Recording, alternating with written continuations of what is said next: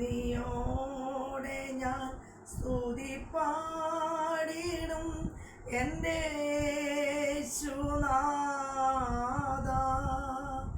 എനിക്കായി നീ ചെയ്തൊരു നന്മയ്ക്കും ഇന്നു നന്ദി ചൊല്ലുന്നു ഞാൻ.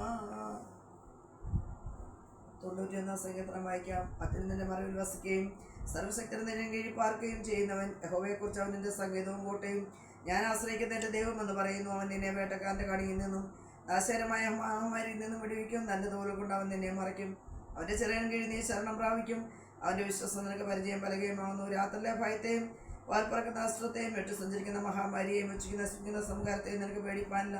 നിന്റെ 10,000 പേരും നിന്റെ വലതുവസ്തു 10,000 പേരും വീഴുമെങ്കിലും അവൻ നിന്നോട് അടുത്ത് വരികയില്ല. നിന്റെ കണ്ണുകൊണ്ട് തന്നെ നീ നോക്കിയ ദുഷ്ടന്മാർക്ക് വരുന്ന പ്രതിഫലം കാണും. ഓവേ, നീ എൻ്റെ സങ്കേതമാകുന്നു. നീ എത്ര നില നിന്റെ വാസസ്ഥലമാക്കിയിരിക്കുന്നു.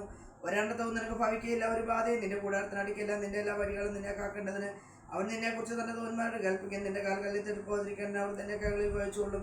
സിംഹത്തിൽ മണി അണന് മേലെ നീ ചവിട്ടും. മാറി സിംഹത്തെയും വരുമ്പോൾ അവനെ നീ വിളിച്ചോളും. അവൻ എന്നോട് പറ്റിയിരിക്കുക, ഞാൻ അവനെ വിളിക്കും. അവൻ എൻ്റെ നാമത്തെ അറിയുക, ഞാൻ അവനെ ഉയർത്തും. അവൻ എന്നെ വിളിച്ചപേക്ഷിക്കും, ഞാൻ അവനെ ഉത്തരവണ്ടും.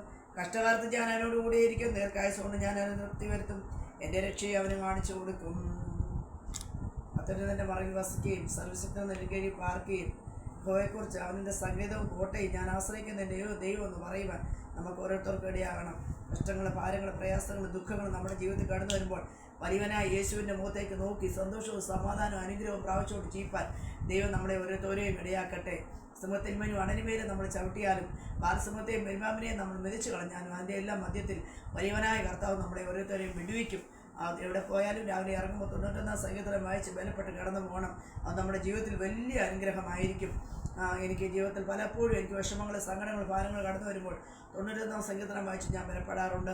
അതുകൂടാതെ വിശ്വാസ പ്രമാണവും ചൊല്ലിയിട്ടാണ് പോകുന്നത്. അതുപോലെ മക്കളെ രണ്ട് സ്കൂളിൽ വിടുമ്പോൾ അവരെ പ്രാർത്ഥിച്ചുകൊണ്ടും വൈകിട്ട് വരുമ്പോഴാണെങ്കിലും ദൈവത്തോട് നന്ദി പറയും. ദൈവം ചെയ്ത ഉപകാരങ്ങളും നന്മകളും അല്ലാതെ നമ്മുടെ ജീവിതത്തിൽ ഒന്നുമില്ല.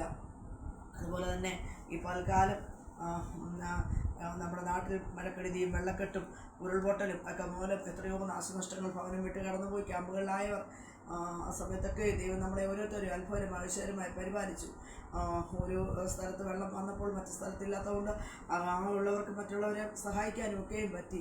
ഇതൊക്കെ ദൈവത്തിൻ്റെ ഒരു കരുണയും കാവലുമാണ്. നമുക്ക് പരസ്പരം പ്രാർത്ഥിക്കാം ദൈവത്തോട്. ഇനി വലിയ നാശനഷ്ടങ്ങളില്ലാതെ നമ്മുടെ ജീവിതത്തിൽ അനർത്ഥങ്ങൾ വരാതെ ദൈവം കാത്ത് പരിപാലിക്കുന്നതിന് നമുക്ക് പ്രാർത്ഥിക്കാം. ഒരു വാക്ക് പ്രാർത്ഥിക്കാം. സ്നേഹവാനായ ദൈവമേ, സർവ്വപിതാവേ, രാവിലെ വൽക്കാലം നിന്റെ സമ്പൂർണ്ണമായ താഴ്ത്തിൽ പോയി നിലകളെ ബാക്കിയുള്ള പ്രവർത്തന തെറ്റുകുറ്റങ്ങൾ വന്നുപോയിട്ടുണ്ട്. അപ്പ കനാവിലെ കല്യാണത്തിൽ പച്ചവെള്ളത്തെ വീഞ്ഞാക്കി 5 അപ്പം കൊണ്ട് 5000 പേരെ പോഷിപ്പിച്ച് കെരീത്തോടുള്ള വെള്ളം പറ്റി കാക്കട വരെ ഒന്നെങ്കിൽ സാരാഭാത്തിലെ വിധവയെ ഒരുക്കി ഏരിയാവരെ പോറ്റിയ പോലെ ഞങ്ങൾക്ക് വേണ്ടി സാരാഭാത്ത് എന്ന് വൽക്കാലം അവിടെ നിന്ന് ഒരുക്കി വഴി നടത്തിക്കൊള്ളുമാണെന്ന് പ്രാർത്ഥിക്കുന്ന കർത്താവ്. കൂട്ടായി തന്ന ദാസിനെ ഏൽപ്പിക്കുന്ന, ദാനമായി തന്ന 2 പിഞ്ചുകുഞ്ഞുങ്ങളെ ഏൽപ്പിക്കുന്ന, 2 പേരെയും അനുഗ്രഹിക്കണം കർത്താവ്. ഞങ്ങളുടെ തലമുറകളൊന്നും നഷ്ടപ്പെട്ടു പോരടയരുത്. വെള്ളക്കെടുതി കർത്താവേ, ഹാലലിയ ഉരുൾപൊട്ടൽ, ഹാലലിയ ഹാലലിയ കർത്താവ്, ഭവനം വിട്ട് കർത്താവേ, ഹാലലിയ ദൂര ക്യാമ്പുകളിലൊക്കെ താമസിക്കുന്നതിൻ്റെ മക്കൾ കർത്താവേ, എങ്കിലും അനർത്ഥ വസ്ത്രത്തിന് കാരണമാകാതെ എത്രത്തോളം നീ എല്ലാവരെയും പരിപാലിച്ചു ഭവനേക്ക് മടങ്ങിപ്പോയിരിക്കുന്ന ദൈവമേ, ഇനി അവർക്ക് ആദ്യമുള്ള സാമ്പത്തിക വഴിമാരും തുറക്കണം അപ്പാ.